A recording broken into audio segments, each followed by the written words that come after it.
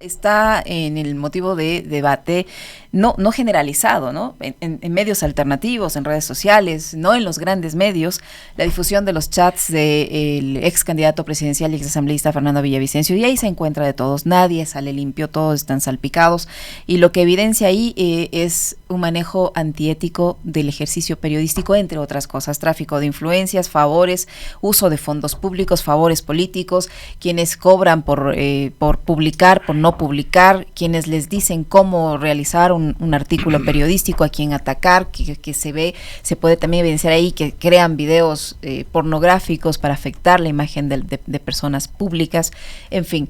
Pero en el ámbito periodístico, que es el que usted domina y conoce muy bien, ¿qué se puede decir de estas prácticas? Y la respuesta que sobre esta difusión han dado periodistas, gremios periodísticos y estas ONGs que en teoría están para la defensa de los periodistas. Buenos días. Bienvenido, Francisco. Lamentablemente lo sabíamos. ¿Saben cuál es el problema? Que no podíamos probarles. ¿Y ahora? Lo que ha hecho desde su tumba el señor Villavicencio, desde su legado, es acusarles. Pero lo que existe ahí es una acusación directa, es una prueba puntual, de donde se pueden obtener no solo versiones, porque si fueran versiones lo debatiría. No, ahí hay recibos, ahí hay documentos, hay conversaciones, hay testimonios, hay productos periodísticos que se distribuyen y una serie de cosas más. ¿No puede ser eso más grave que una acusación, Liceña? Lo es. Lo es. Eso es lo primero. Lo segundo también es grave. Fíjese qué grave es vivir en medio del odio. Y lo que Fernando Villavicencio hizo al corromper a ese sector que yo les llamo de la prensa rastrera, de los que son mencionados, es inyectar con odio al Ecuador, dividirnos, fragmentarnos, mentir, usar a la prensa para satisfacer venganzas o para lanzar campañas de destrucción de la honra de las gentes. Eso es cruel. Eso es inhumano, eso es miserable, eso no es de periodistas, pero ahí los tiene. Los ha pintado de cuerpo entero. Qué lamentable es que lo sabíamos y no podíamos probarlo. Bueno, acabamos de saberlo, está probado, ya después de eso no hay discusión. Hay un tercer hecho que es lamentable. Que esto se haya quedado en el espacio del debate de las redes sociales, entre nosotros, entre los más interesados. El gran público no tiene ni idea de lo que está pasando, porque los grandes medios, la televisión nacional de Coavisa, Teleamazonas o los canales incautados y los medios regionales, no han dicho media palabra del tema. ¿Por qué crees que han optado por el silencio, Francisco? Por culpa. Ellos también fueron parte de ese esquema. Y si no fueron con Villavicencio, fueron por otra vía para sembrar el odio, dividir al Ecuador y destruir a la nación. ¿Tú crees que, por ejemplo, en las direcciones de Coavisa, de Teleamazonas, de todos estos medios que has mencionado, probablemente muchos otros, El Expreso, El Universo, que tienen periodistas también mencionados en los chats, ¿no? ¿Puede haber ese nivel de sensibilidad y de responsabilidad como para sentir culpa, o es que ellos necesitan sostener ese odio y por eso no lo hacen? Yo creo que es la segunda, en realidad, que ellos necesitan sostener ese relato. Hay una leyenda del habituario en la Malasia que dice: nada peor que el tigre herido, nada peor, porque reacciona violentamente y te puede matar o se puede morir. El tigre herido,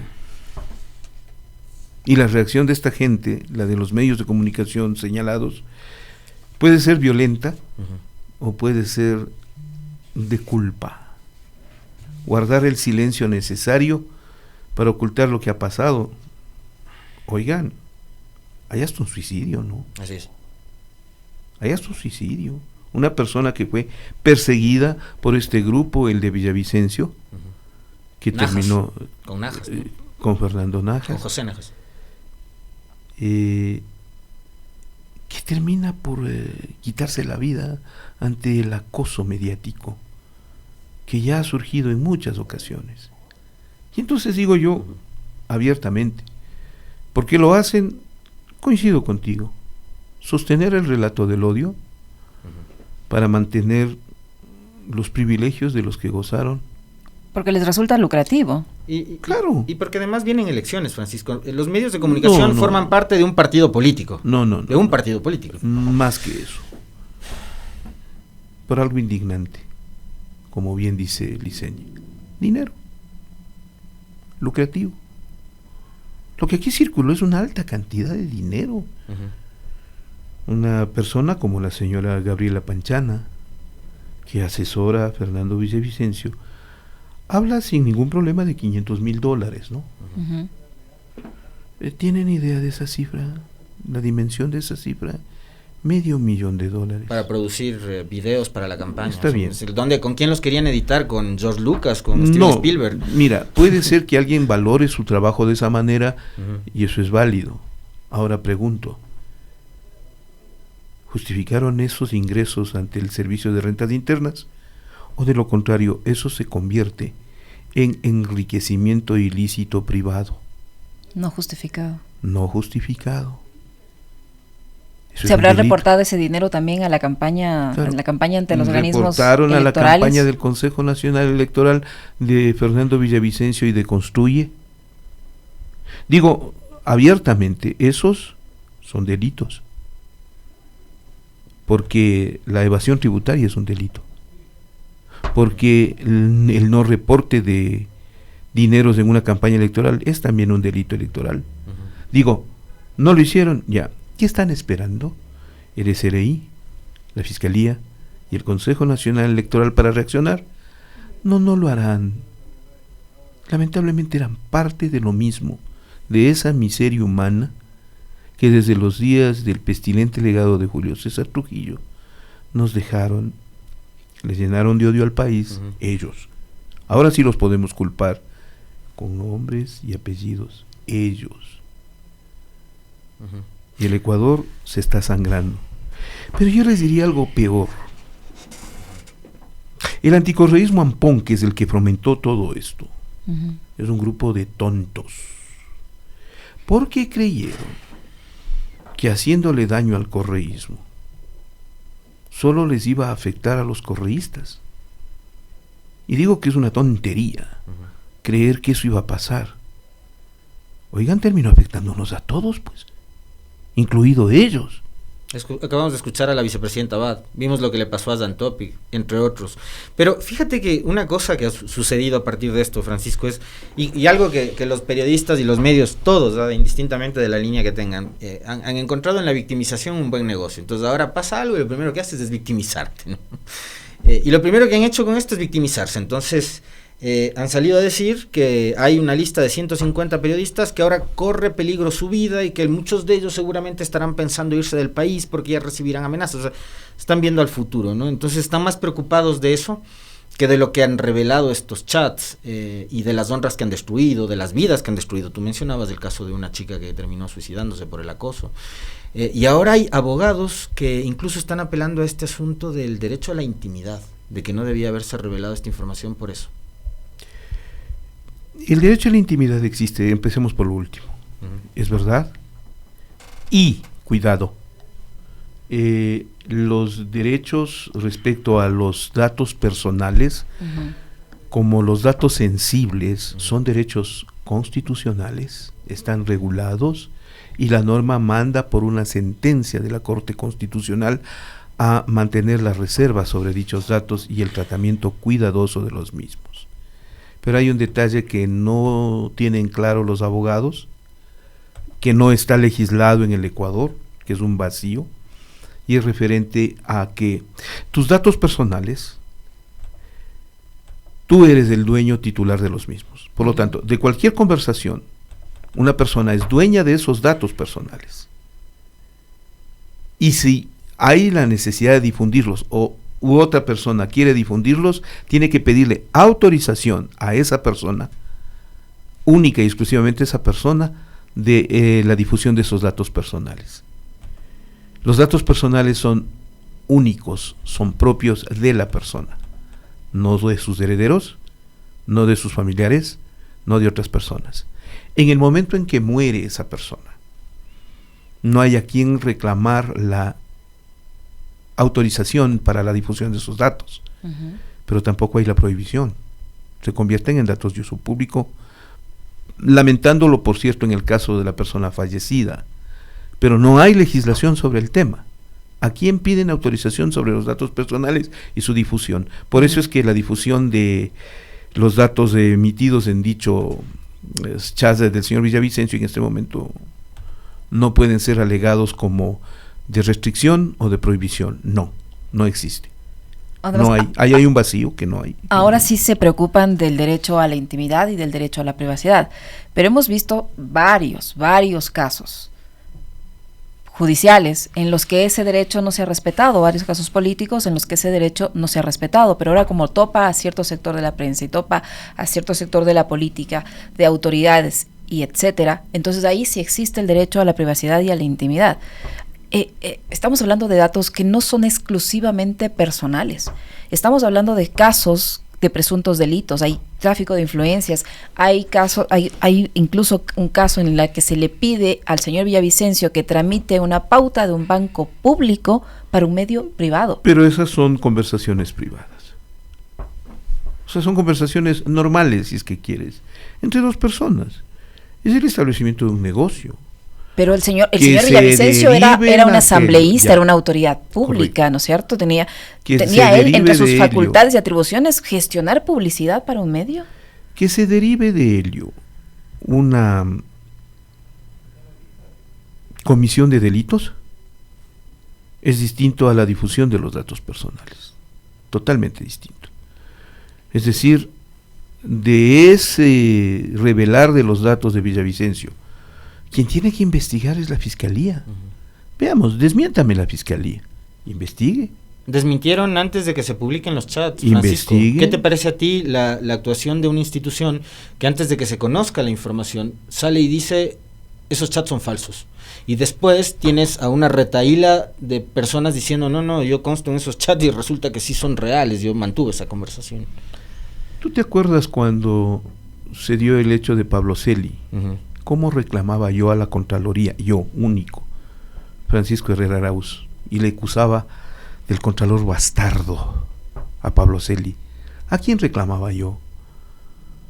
A los empleados de la Contraloría. ¿Por qué obedecieron sumisos tantas órdenes ilegales que terminaron con Celi en la cárcel? Les pregunto a los empleados de la Fiscalía, a los que les digo frecuentemente como una fiscalía delictiva, ¿por qué toleran tanta comisión de delitos? ¿Por qué toleraron tanto la justicia selectiva? ¿Por qué actuaron de tal manera que permitieron que en el Ecuador se tarife la justicia y se afecte tanto a la honra y a la dignidad de las personas? Empleados de la Fiscalía, ustedes son parte de este tiempo de la señora Diana Salazar. Ustedes también son responsables. Ustedes. Por complicidad, por encubrimiento, por silencio. Pero ustedes lo son. Y entonces, ¿qué tienes ahí? Una comunidad ecuatoriana vilmente afectada por un grupo de truanes y malandrines que van a quedar impunes, porque no hay en este momento una acción que se pueda levantar en contra de ellos, y es irónico que ellos ahora levanten la propuesta de iniciar acciones en contra de las gentes, cuando en realidad los que deberían ser indiciados, sindicados, investigados, juzgados y culpados son ellos, por todo lo que hicieron. Pero ¿pueden ellos empezar un proceso penal contra las personas que han difundido el contenido de esos chats, tomando en cuenta que esos chats están en redes sociales, son de acceso público ilimitado? A ver, en el proceso penal lo más importante a señalar siempre es la culpa.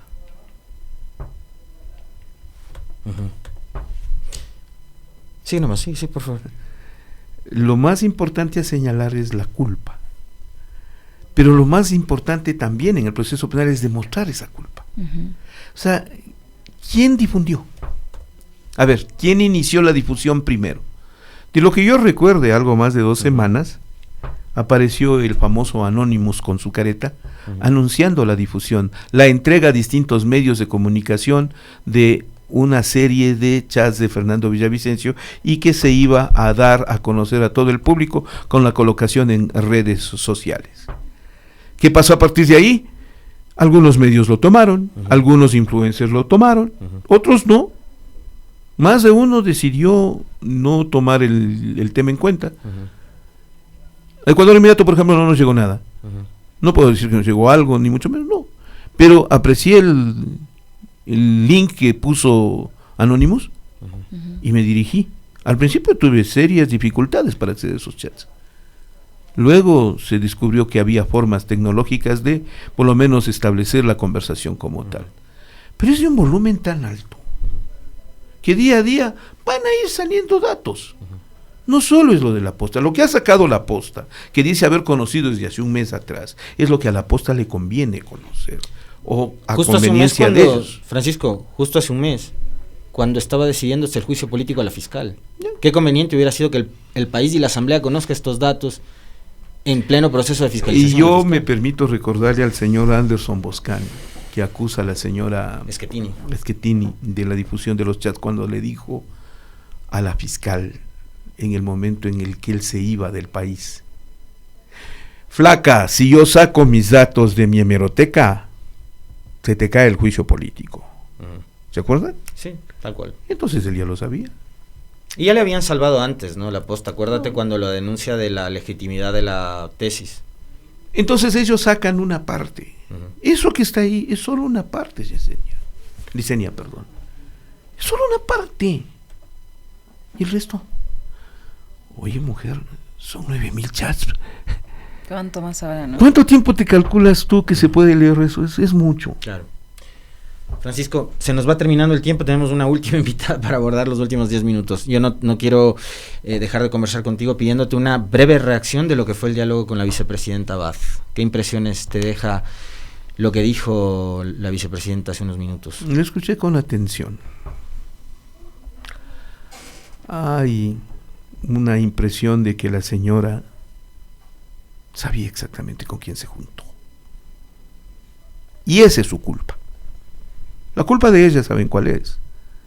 El haberse juntado con Noboa. Con él ganó las elecciones. No me puede decir ahora que no sabía con quién se metía, pues. Y el nivel de audacia con la que actúan en el gobierno de Noboa, no solo el presidente, sus funcionarias, la ministra del Trabajo, la ministra de Relaciones Exteriores, ya llega a un nivel enfermizo de persecución, pero también ilegal. Entonces, tomo en cuenta lo dicho por ese respetable abogado que es el doctor Jorge Luis Mazón, a quien le conozco muchísimo, cuando plantea ya la necesidad de que la Asamblea Nacional empiece a discutir la posibilidad de destituir al presidente Noboa, no por el uso de la muerte cruzada o algo por el estilo, no señor, sino por haber nombrado vicepresidente de la República sin tener esas atribuciones. Se arrogó funciones el presidente Noboa, por lo tanto merece ser enjuiciado y destituido por haberse arrogado funciones. En eso Mazón responde inclusive a esa interpretación de que como ya se lo hizo con Guillermo Lasso anteriormente y en este periodo ya no correspondía. Disculpen, las responsabilidades son individuales, así como la comisión de delitos son individuales. Lo que ha cometido es una grave irregularidad el presidente Noboa al nombrar vicepresidenta sin estar autorizado para ello. Vicepresidente solo puede nombrar la Asamblea Nacional, no el presidente Noboa.